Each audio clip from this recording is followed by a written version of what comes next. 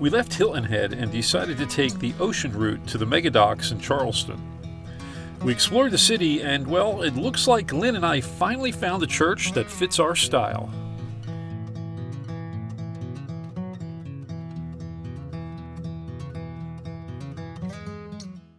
One look in your eyes and I find it. When you leave in my mind I rewind it. When you got it this good, you don't fight it.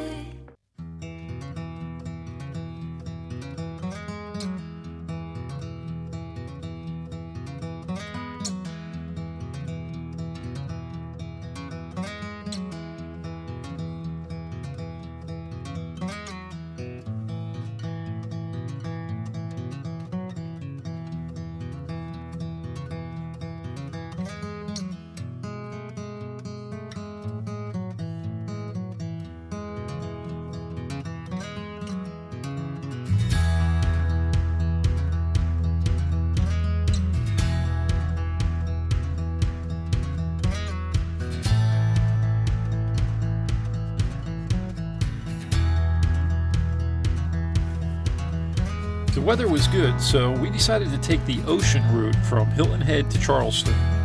Now, we've taken the inside route several times before. It's a beautiful route, but you need to be at the wheel all the time. On the outside, it is autopilot all the way there. As you can see from our tablet, I use Navionics to plot a course, at least a recommended course. And if you look at the blue line, that's the recommended course. Most times I agree with what they're saying. In this particular case, I'm going to ignore the course. And if you look at the red line, that's the course that I set. And the reason for that is if you look in this area right here, you can see they have me going over 8-foot areas in the ocean. Now, we are in 3-foot waves right now, which basically means the crest and the trail of each wave is about 1.5 feet. To me, that means that 8 foot's really 6.5 foot. And we have a 5-foot draft, which would put me about 1.5 feet from the ocean floor, and I am just not going to do that. So I'm going to follow the red line, and you can see if I follow that, I'm pretty much in 17 feet is about the shallowest it's going to hit. And I feel much safer doing it that way. Every time I see something like this, it reminds me of a couple of years back when I made the mistake of cutting it too close, a little river inlet, and bent my prop and shaft. And I really don't want to do that again.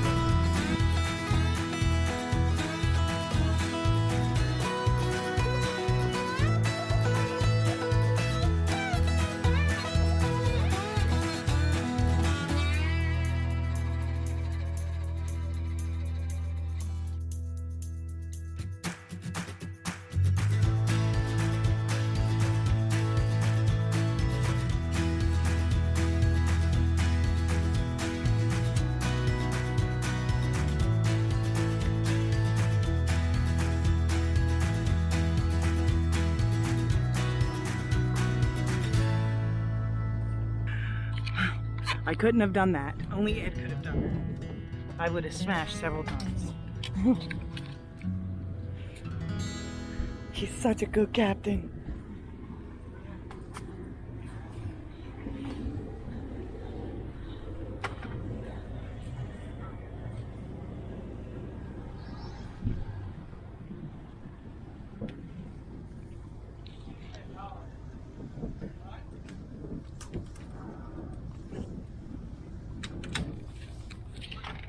Ended up getting married during COVID. We just had one last week.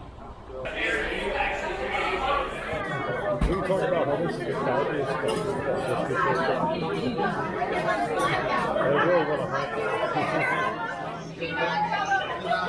And whether you use it or not is So the girls have got to go to the book and log in every drink someone orders. It's basically a basement, right? I don't have my mic on, but I hope you can hear me. It's basically a basement.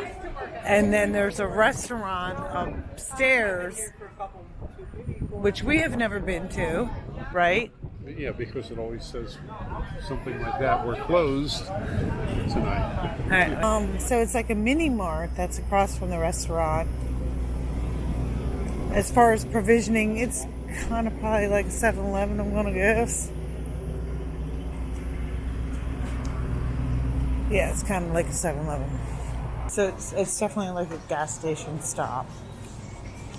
You got your usuals. No, we're not advertising this, but we're just saying where you get provisions, sir. Oh, and wine, my favorite.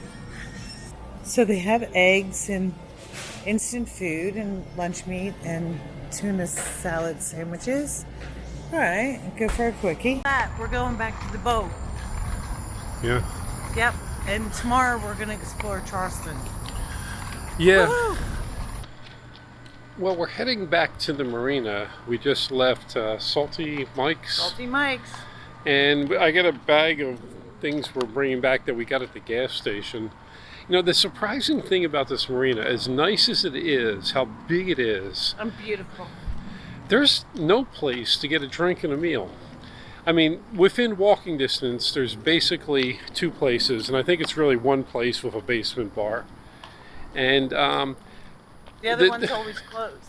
yeah, well, the top one, well, I'll get to that in a second, but the bottom one, the Salty Mike's, it's a dive bar, which is okay. Lynn and I, we can have fun at a dive bar. We can have fun anywhere. But it's a dive bar that's understaffed, and there's no food. Not even a hot dog or something. Or a truck. Yeah, Like they should have or a food a truck. bag of chips.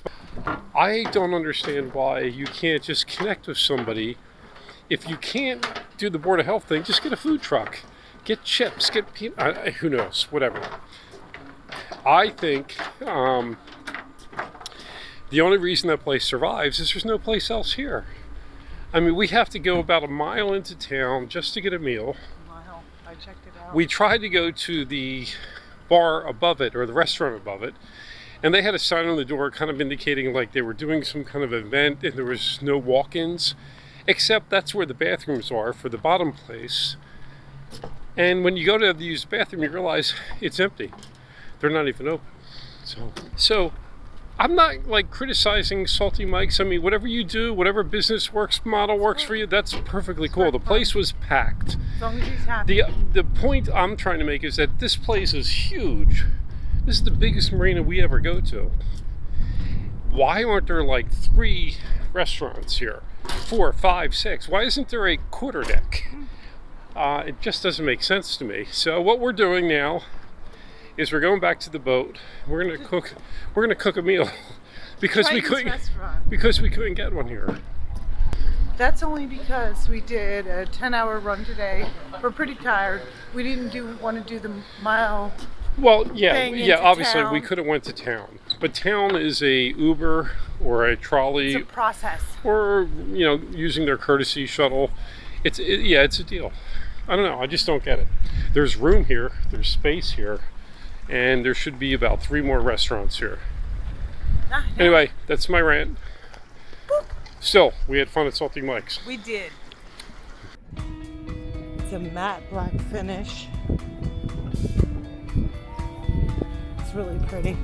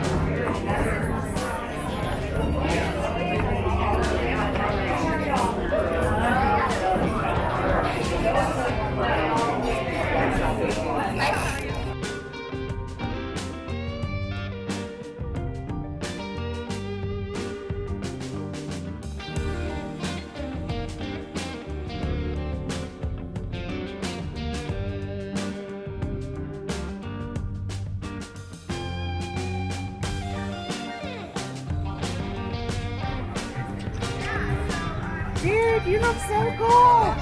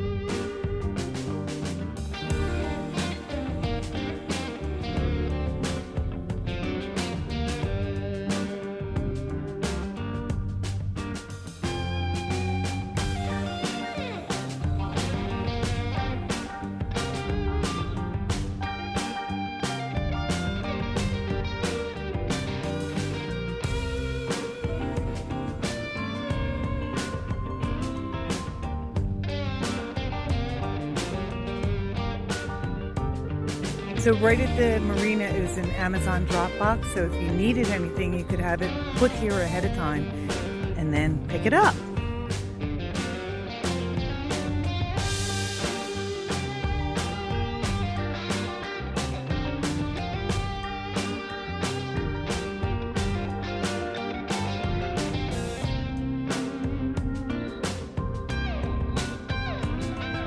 We made some new friends in Charleston, and they invited us aboard their Hatteras 70. What a beautiful boat.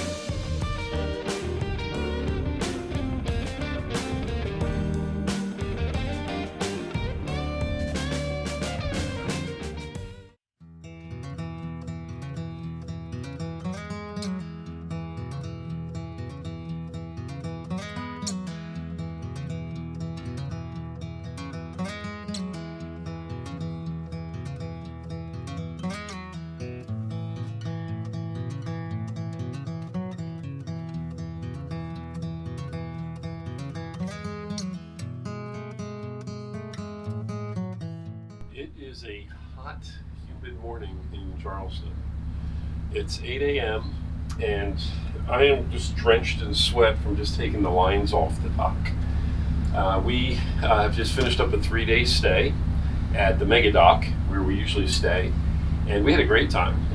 We decided to spend an extra day and went to, well, lots of places in town, and met some people who follow our channel, a number of people actually, and well, Charleston is a great city. It's one of my favorites.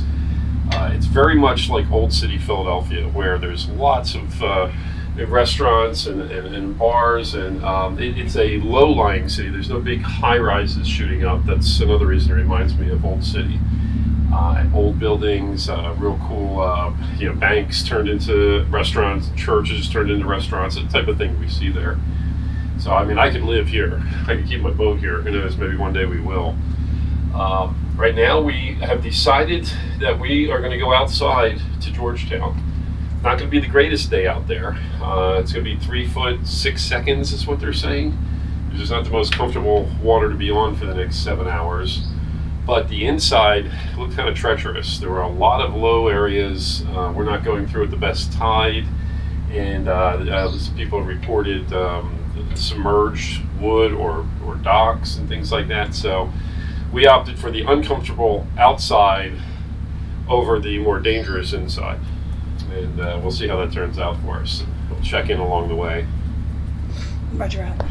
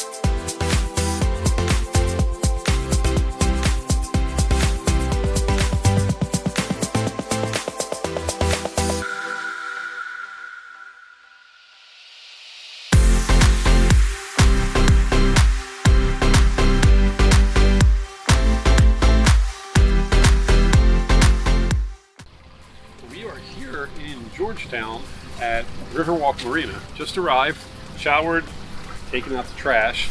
Then we're going to take a walk right down here. It's just a short little walk. They have a little like kind of boardwalk area with a couple of restaurants and shops and things like that.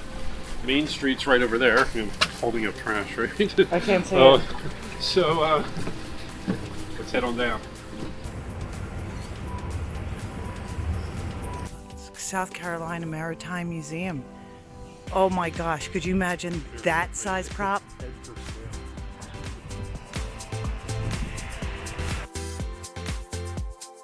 Hey guys, we just love meeting our YouTube followers. So if you see us on the water, at a restaurant, or more likely, at a bar, stop by and say hi. And don't forget to like, subscribe, and ring that bell.